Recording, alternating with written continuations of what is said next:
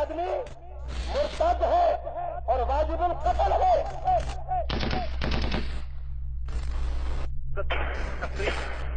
Firing تو آپ سن ہی رہے ہوں گے. تقریباً اس وقت 12 سے 15 بندے مسجد کے اندر آ گئے ہیں جنہوں نے گrenade بھی آ گیا اور فائرنگ پہ فائرنگ ہو رہی ہے. اس وقت کافی لوگ صحیح ہوتے ہیں. لا الہ الا اللہ.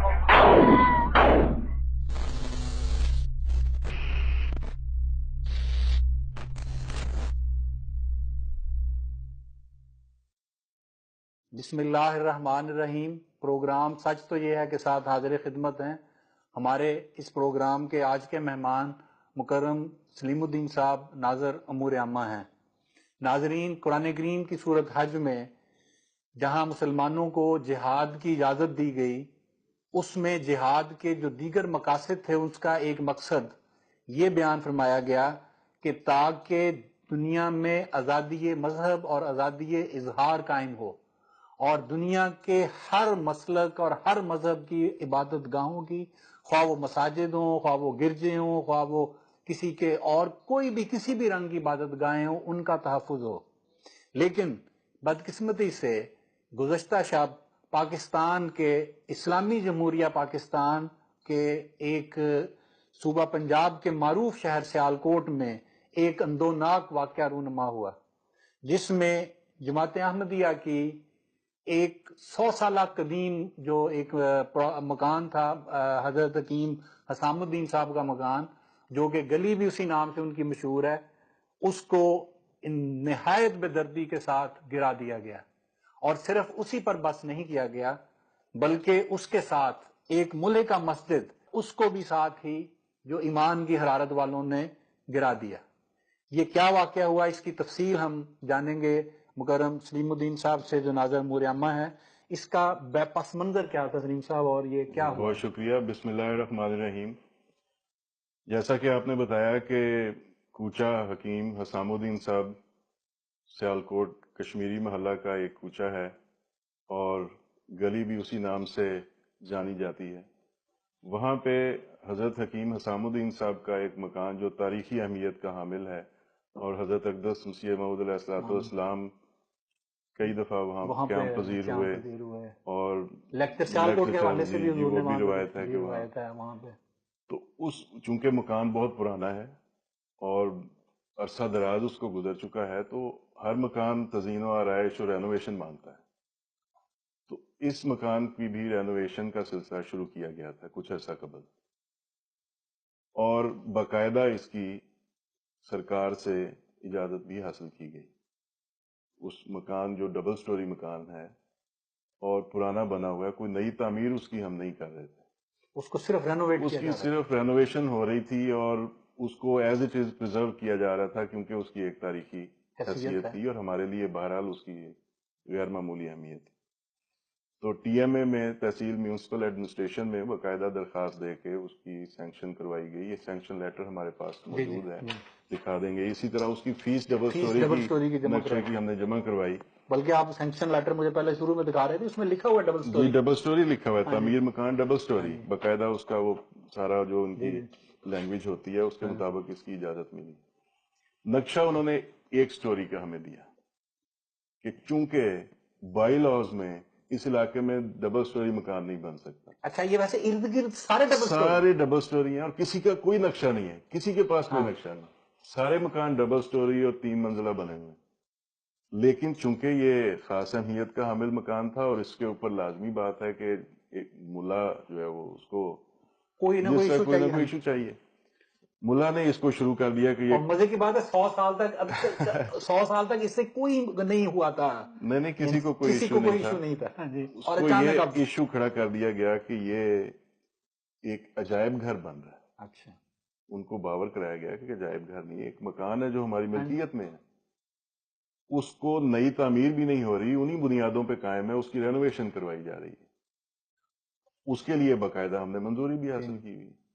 بہرحال چونکہ ملا کا بدقسمتی سے اس ملک میں پریشر اتنا زیادہ ہے، راج ہی ان کا اور پیر تسمہ پا بن گیا، تو اس کے پریشر پہ آ کے ٹی ایم اے نے وہاں پہ جا کے اس کو سیل کر دیا اور کہا کہ آپ نے جی ڈبل سٹوری بلڈنگ بنائی. اچھا، یہ سیل شدہ مکان ہے؟ یہ مکان سیل شدہ ہے اور یہ چند دن پہلے سیل کیا گیا اور ایک نوٹس انہوں نے ہمیں بھجوا دیا کہ آپ یہ جو ہے وہ نہیں کر سکتے ڈبل سٹوری، حالانکہ ہماری سے فیس ڈبل سٹوری کے لیے اور ہمارے پاس سینکشن اور غالباً جو نوٹس ہوتا ہے اس کے بعد پوری اگر کوئی بھی کاروائی ہوتی ہے، نوٹس کا جواب، اس کا پھر جواب، اس کی ساری وہ سارا وہ کچھ نہیں کیا.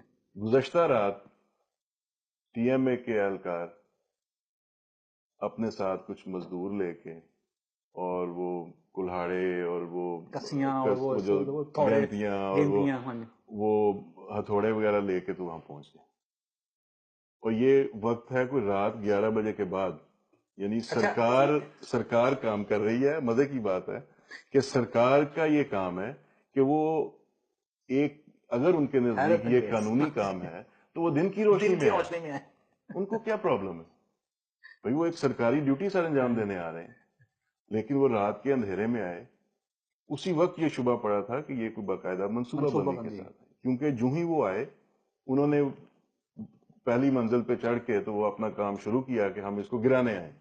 ابھی سیل اسی طرح ہی ہے، گرانے آئے. وہ گرانے کا کام شروع کیا تو فوراً وہاں پہ موب آ گیا. بھائی وہ موب کہاں سے آ گیا؟ رات 11 بجے کے بعد اتنی پلاننگ ہوئی ہوئی تھی کہ وہ سارے وہاں کٹے. اب وہ مزدور پلس یہ موب، انہوں نے یہ وہ کاروائی شروع کر دی.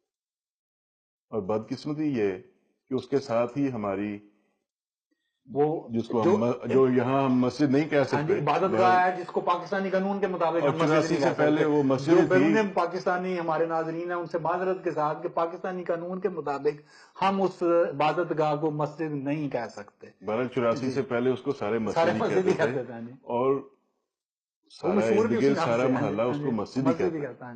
یہ موب چونکہ پلاننگ کے ساتھ آیا تھا، نیت ان کی صرف وہ مکان توڑنا نہیں تھا، اور وہ خاصا مضبوط مکان تھا، اتنی آسانی سے ان سے ٹوٹتا بھی نہیں تھا. اس کو انہوں نے جتنا برباد کرنا تھا اور اس میں اس کے توڑ پھوڑ کرنی تھی وہ انہوں نے کی. لیکن کنکریٹ کی آخر دیواریں تھیں وہ ان کے ہتھوڑوں سے تو نہیں ٹوٹتی تھی. بہرحال ووڈ ورک سارا بڑا اچھا کام وہاں پہ خرچ کر کے ہوا تو سارا انہوں نے برباد کر دیا اور بے شمار نقصان پہنچایا. تو بھائی یہ مسجد کی طرف ہو رہی، اور وہ ہماری جو تاریخی ایک مسجد ہے بیت مبارک، اس کو انہوں نے توڑنا شروع کر دیا اس نام پہ. جی ہمارا تو بڑا پرانا مطالبہ تھا، جس طرح آپ نے کسی مولوی کی تقریر میں جو چل رہا ہے اس میں سنا ہوگا. یہ ناظرین، یہ ہمیں ابھی آپ کو یہ کلپ دکھاتے ہیں کہ یہ جو ابھی سلیم الدین صاحب یہ بتا رہے ہیں، یہ باقاعدہ ایک مولوی صاحب نے اس کا پہلے ایک الٹیمیٹم دیا.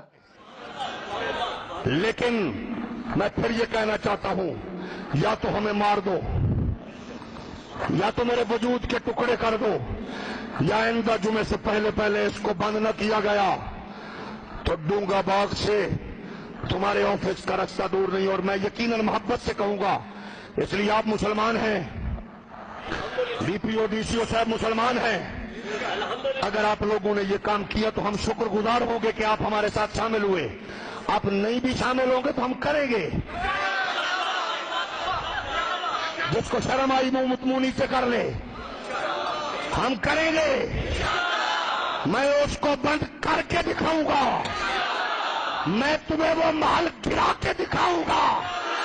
تمہیں پتہ ہی نہیں ہے کہ محمد عربی کے غلاموں کی غیرت و قوت کا دنیا کی کوئی طاقت مقابلہ نہیں کر سکتی. آپ بتائیے، کیا آپ میری اس رائے سے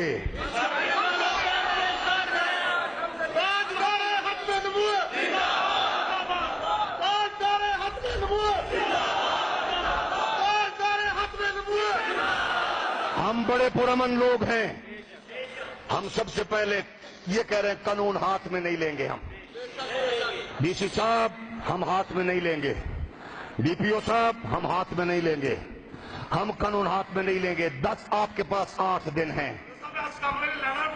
سبحان اللہ. اگلے جمعے کے بعد پھر ہم قانون ہاتھ میں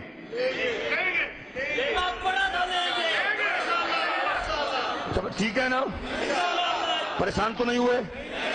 جس کا دل دھڑ کر رہے نیچے رکھ لے ہاتھ، جو پریشان ہے ہاتھ نیچے کرے. اللہ تیرا شکر ہے کہ ماؤں کی غیرت کے پلے ہوئے لوگوں نے ہاتھ کھڑے کر کے بتا دیا ان کے خون کا ایک قطرہ حضور کی عزت و ناموس کے لیے ہے. بدقسمتی یہ ہے کہ تحصیل انتظامیہ بھی ان کے ساتھ، ڈسٹرکٹ انتظامیہ بھی ان کے ساتھ، پولیس بھی ان کے ساتھ. یہ سیل کرنے کے بعد وہاں پولیس اہلکار بھی 3-4 موجود رہتے تھے روز. کل کہاں تھے؟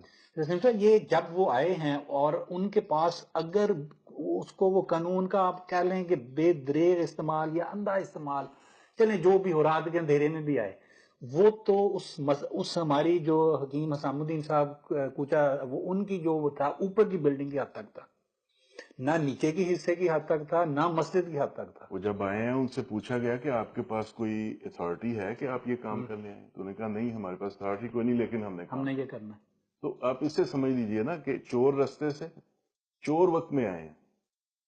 تو اس کا مطلب تو بڑا واضح ہے کہ وہ ان کے دل میں یہ چور تھا کہ دن کی روشنی میں آئے تو دنیا کیا کہے گی کہ کس کام سے ہم آ رہے ہیں، ہماری سیل ہے. رات کے اندھیرے میں آئے اور موب اکٹھا اور کیا. مسجد کو بھی گرانے سے کسی نے نہیں روکا. نہیں وہاں پہ پولیس بھی موجود تھی. صبح آپ یہ دیکھیں نا کہ 11 بجے کے بعد وہ آئے اور سحری کے وقت، آخر مومن تھے، مسلمان تھے، تراویح پڑھ کے آئے ہوں گے، خدا کے نام پہ خدا کا گھر گرا کے برباد کر کے جا کے روزہ بھی تو رکھنا تھا. سحری تک یہ کام کرتے رہے، اس کے بعد چلے گئے، روزہ رکھا، پھر ایک موب آ گیا، پھر مسجدوں سے لوگ آ گئے کہ ہم نے باقی کا گرانا ہے. کچھ کو مان کی حرارت ابھی وہ باقی انہوں نے اس وقت شروع کر دی کرنی. اس وقت بھی کسی اس وقت پھر دوبارہ ہم نے ان سے درخواست کی، ڈی پی او سے میری خود بات ہوئی. میں نے کہا آپ یہ کیا کر رہے ہیں؟